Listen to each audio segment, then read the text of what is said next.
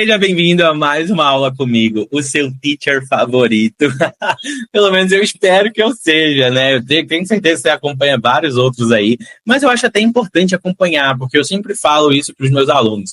Gente, eu não sou o dono da razão. O meu método não é o melhor do mundo, né? Eu acredito que, sim, ele é muito eficiente, ele funciona demais. Mas os alunos consumirem diferentes fontes de conhecimento vai agregando valor também, né? Então, eu posso ser seu teacher favorito. Não fique com ciúme de você tiver outros por aí, não. Então, ó, deixa eu abrir aqui o nosso quadrinho pra gente já começar a nossa brincadeira, porque eu gosto assim, aula direto ao ponto. Vamos lá. Então, na última aula, no último vídeo, se você perdeu, corre aqui no canal. Tô postando vários conteúdos super enriquecedores para te ajudar nessa jornada. Na última aula, nós fomos não só enriquecendo o vocabulário, mas trabalhando pronúncia e com técnicas que aceleram a sua fluência. E nós vamos continuar fazendo isso nessa aula. Então, só um breve review. Nossa, eu falei breve, de tão costume de falar inglês, o R dá essa dobrinha na língua, né? Então, breve, falei breve.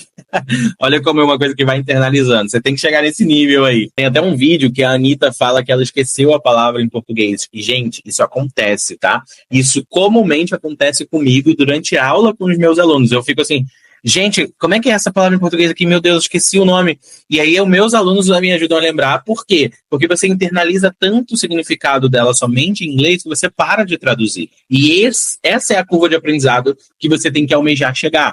Sabendo que você nunca vai soar como um nativo. Não existe isso. Você não nasceu nos Estados Unidos. Mas você consegue se aproximar cada vez mais de uma fala fluida. Então, ó, uma breve lembrança das últimas aulas. Nós falamos de Can I go to the bathroom? Posso ir ao banheiro, tá? Falamos também da frase I am hungry.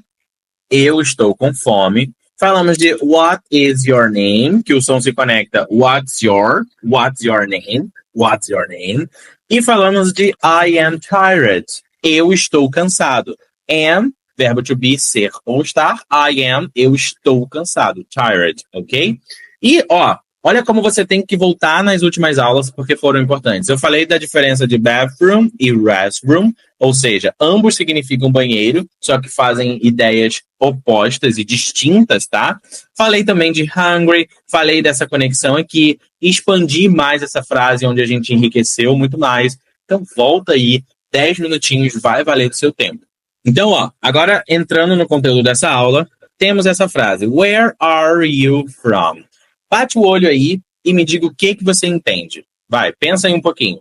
Where are you from? Olha que interessante. Na última aula, eu falei sobre as question words, que são palavras que você utiliza para fazer perguntas. Question, de questão, words, palavras. What, which, who, whose, where, when. Então, ó, o que, qual, no sentido de escolher entre opções. Who, quem, whose, de quem, where, que é onde, when, que é quando. Então é muito importante você conhecer essas palavrinhas. Quem é meu aluno tem um módulo completo falando sobre as question words, com vários exemplos para você fazer exercício, aplicar também e nunca mais esquecê-las. São importantes não só para que alguém te faça uma pergunta, mas que você consiga também perguntar alguma coisa, principalmente numa viagem. Então, voltando aqui ao conteúdo, nós temos o where, que significa onde, are you, você é, né? E o você é, from, que significa origem. Mas aqui a frase ficaria, onde você é origem? Olha como é importante, eu falo isso para os meus alunos.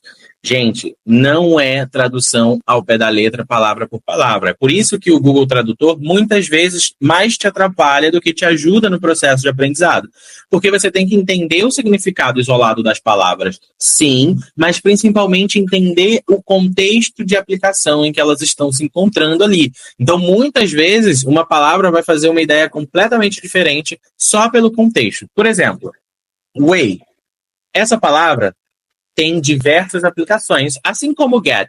Se você quer uma aula sobre o get, que é uma palavra extremamente coringa no inglês, ou seja, ela adota várias facetas, comenta aqui embaixo o que você quer e eu preparo para trazer para vocês, ok? Way pode ser caminho, way pode ser jeito, way pode ser forma. Então, olha como isso vai depender da aplicação. Por exemplo, what is the best way to arrive? Qual é o melhor caminho para chegar? Ou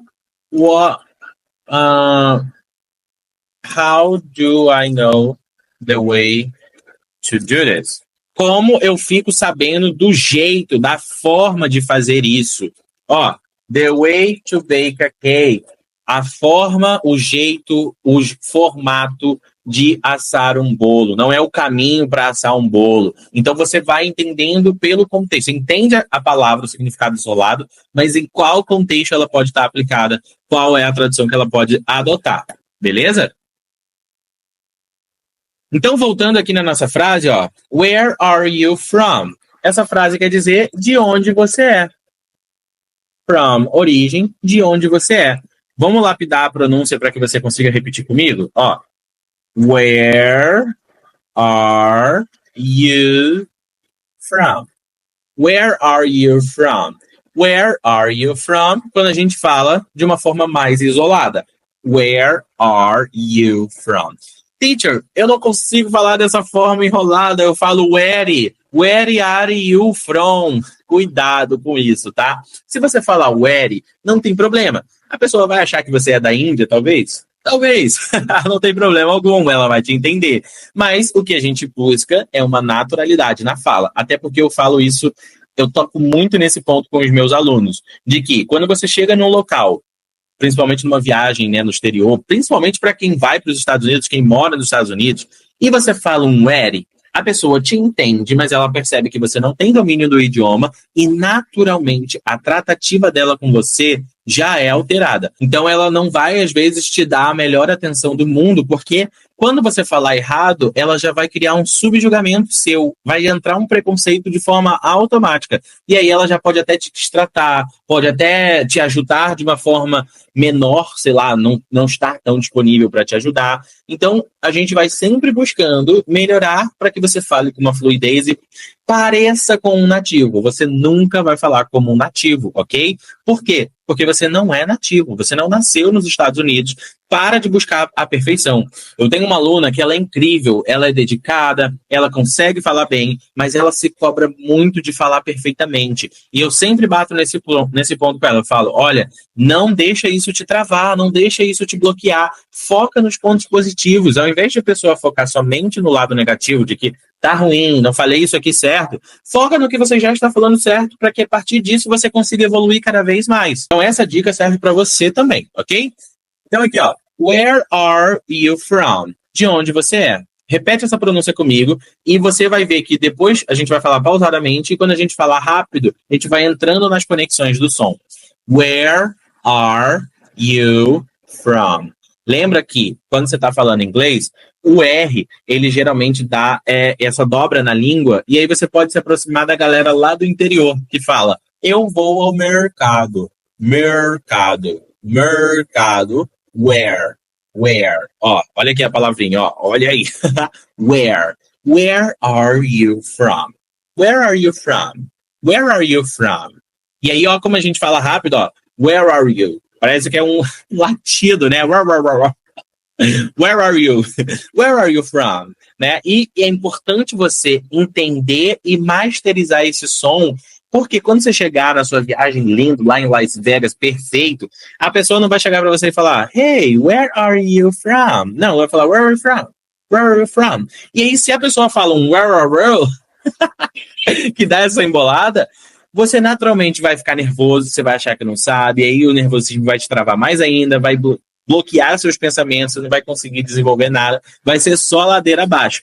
E aí, quando você masteriza esses sons conectados, e você ouve num filme, por isso que os meus alunos começam o curso, e logo em seguida já estão assistindo o filme e entendendo inglês, porque eles vão pegando essa conexão. Então, quando o nativo fala, where are you from? Where are you from? Ele sabe, where are you? É where are you? Beleza? Olha essa dica importante. Uma simples frase, mas que eu consegui construir uma explicação completamente rica para você. Então já deixa o like nesse vídeo aqui, porque é valioso, poxa. Então, ó, vamos treinar mais uma frase aqui. I don't understand. Dá uma olhada nessa frase. O que você acha que ela pode significar? I significa eu, né? Bem tranquilo. Eu. Don't nada mais é do que a contração de do not. Don't, do not. Do not significa a negativa. Então, quando a gente tem essa partícula not na frase, ela dá a ideia de negação na frase. O do aqui, isoladamente, significa o verbo fazer.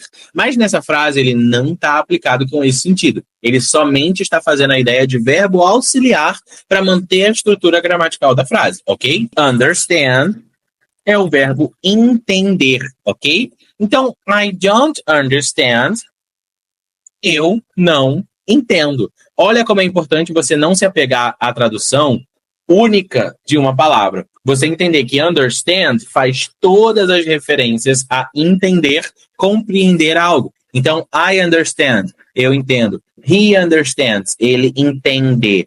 We understand, nós entendemos.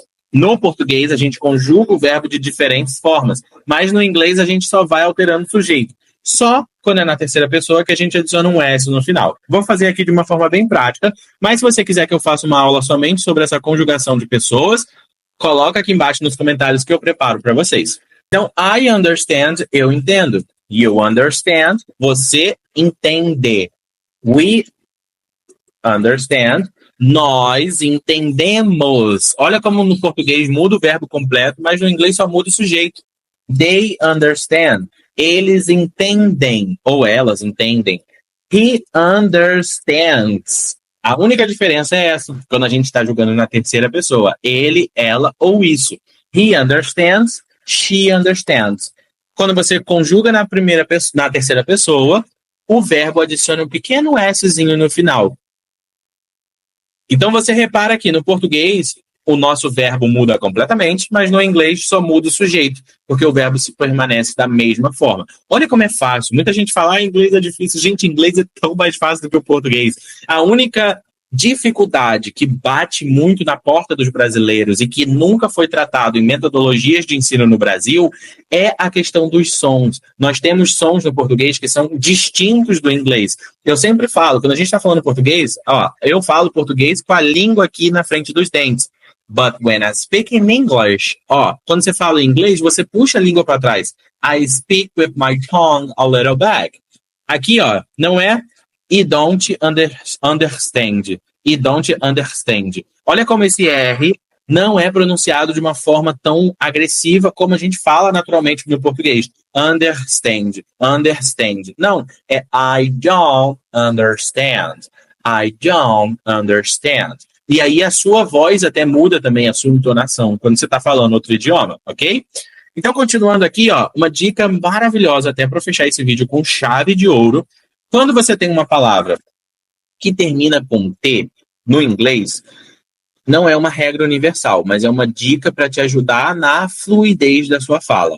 Quando você tem uma palavra que termina com T, muito provavelmente o som dela vai deslizar para a palavra seguinte.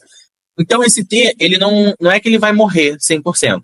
Né? Então, ao invés do som dele ser 100%, vai ser 10%, digamos assim. Então, é I don't understand. I don't understand.